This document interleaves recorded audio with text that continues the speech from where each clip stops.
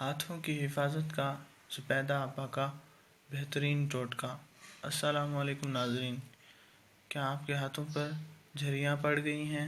جھریوں کے مسائل چہرے، گردن، ہاتھوں، کوہنیوں اور پیروں پر کبھی بھی حملہ کر سکتے ہیں، لیکن ایک اچھے بناؤ سنگھار میں خوبصورت ہاتھ بھی شامل ہوتے ہیں، اور اس کے مقابلے میں کھردرے، جھریوں بھرے ہاتھ اور کٹے پھٹے ناخن آپ کی پوری شخصیت کے وقار کو ختم کر سکتے ہیں۔ دوسرے الفاظ میں، جسم کے دوسرے حصوں کے برعکس، ہاتھ بہت جلد عمر کی عکاسی کرتے ہیں۔ اس لیے ناظرین، ہاتھوں کی حفاظت اور روزانہ کی دیکھ بھال پر ضرور توجہ دیں۔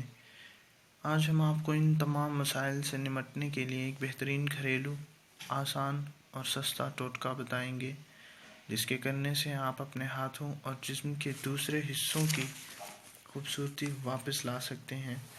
اس ٹوٹکے کے لیے کچھ اشیاء کی ضرورت ہوتی ہے۔